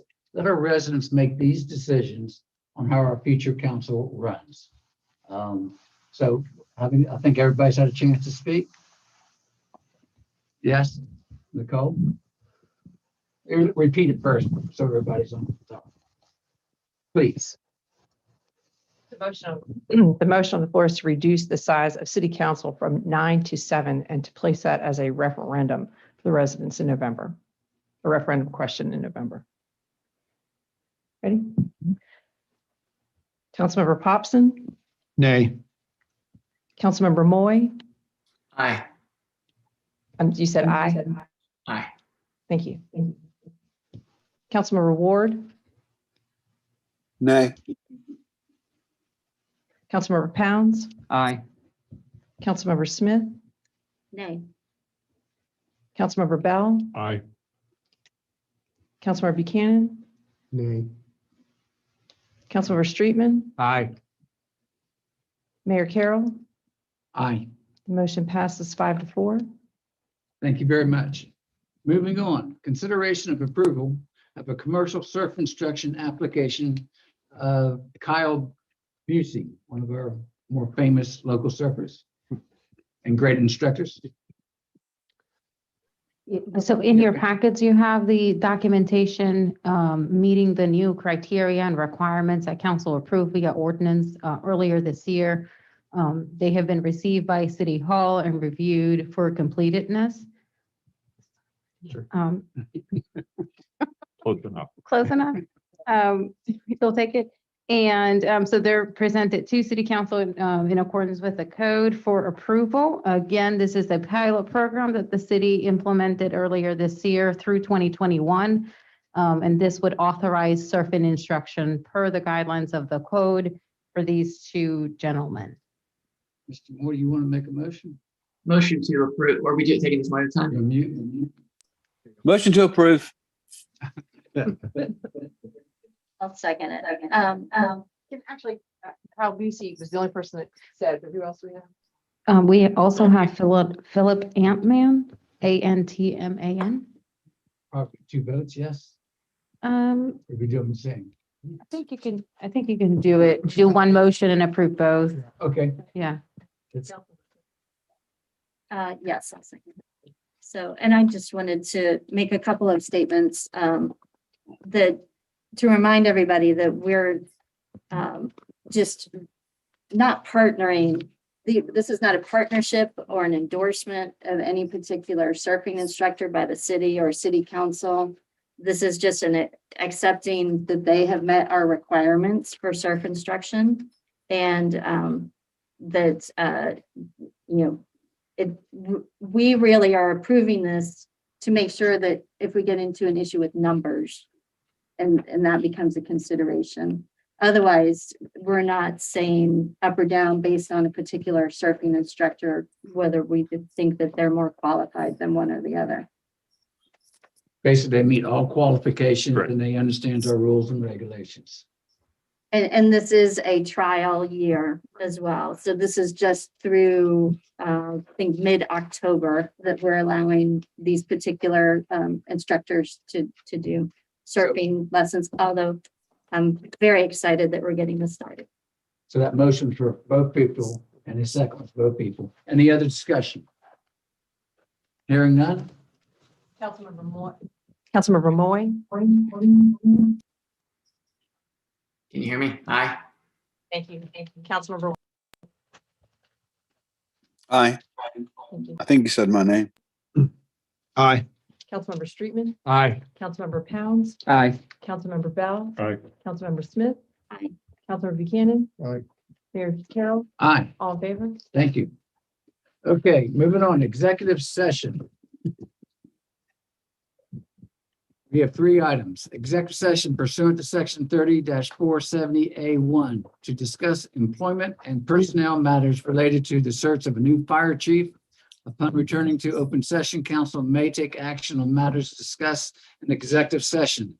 B, pursuant to section 3470A2 to receive legal update and legal advice regarding the eviction proceedings against Tidal Wave Water Sports.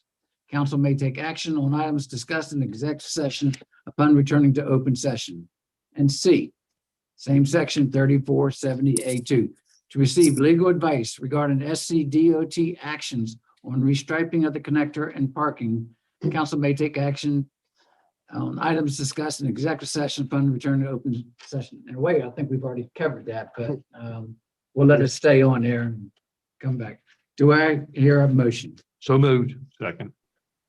Favor? No, I just have a question. I mean, just going into, is there any of this that can be discussed in, I mean, for like section, we're just receiving updates in B, but in A, I mean, I don't understand what we're going, is it? I'm not sure what. Well, number one, we're talking about personnel matters that Right. needs to be done in executive session. Correct. We're talking about a lawsuit that needs to be done in executive session. Right. And then I understand the legal updates and the personnel matters. I wasn't sure if we're discussing on, if getting any feedback from the survey that we did or any of that's going on, So you all will be receiving an update on the interviews that were conducted. There will be a report that will be distributed. It's going to be public. Some sections will be redacted just to protect some, again, information from FOIA. Okay. So you all will be discussing personnel matters, and out of a courtesy of any candidate that's going to be discussed, the recommendation is that that's made in executive session. I understand. And that's what I'm trying to get at. The recommendation, I haven't received, we're going to receive that information in executive Correct. session? Mhm. Okay, that's going to be made public. The report will be made public, correct? Okay. Okay. Yes, sir. Jimmy. All right, Councilmember Ward, I'm sorry. Just housekeeping. Do John and I need a new code to get into executive session? If so, I don't have one. Email where you receive the link that you are using now, but we'll make sure that you, Ron can resend it to you just so Okay, thank you. you can easily find it. I'll check it again. So we'll see y'all on the other side. And then the live streaming would be restarted after council returns from executive session before taking any action. Yes, ma'am. So please, everyone, please, we're gonna be gone for a little bit. We have a vote. Go. Councilmember Moy. Councilmember Ward. Aye. Councilmember Popson. Aye. Councilmember Streetman. Aye. Councilmember Buchanan. Aye. Councilmember Bell. Aye. Councilmember Smith. Aye. Councilmember Pat.